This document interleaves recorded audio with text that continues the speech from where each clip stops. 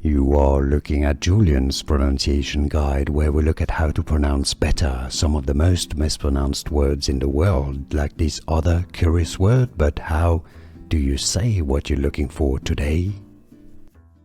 Let's learn how to pronounce those two words once and for all correctly. The top word and the bottom word. The top word is pronounced severance.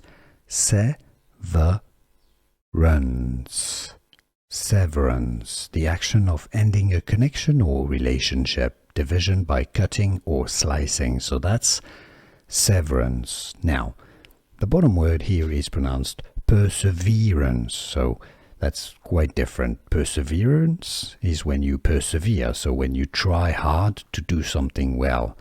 Perseverance, alright? So it's not perseverance, it's perseverance. Stress on the V syllable. So how to pronounce severance versus perseverance. And now you know. Did you get the difference? Let me know in the comments. Here are more videos on how to pronounce more confusing words and names too many mispronounced. Like this video if you found it useful. I appreciate your support. I'll see you soon and thanks for watching.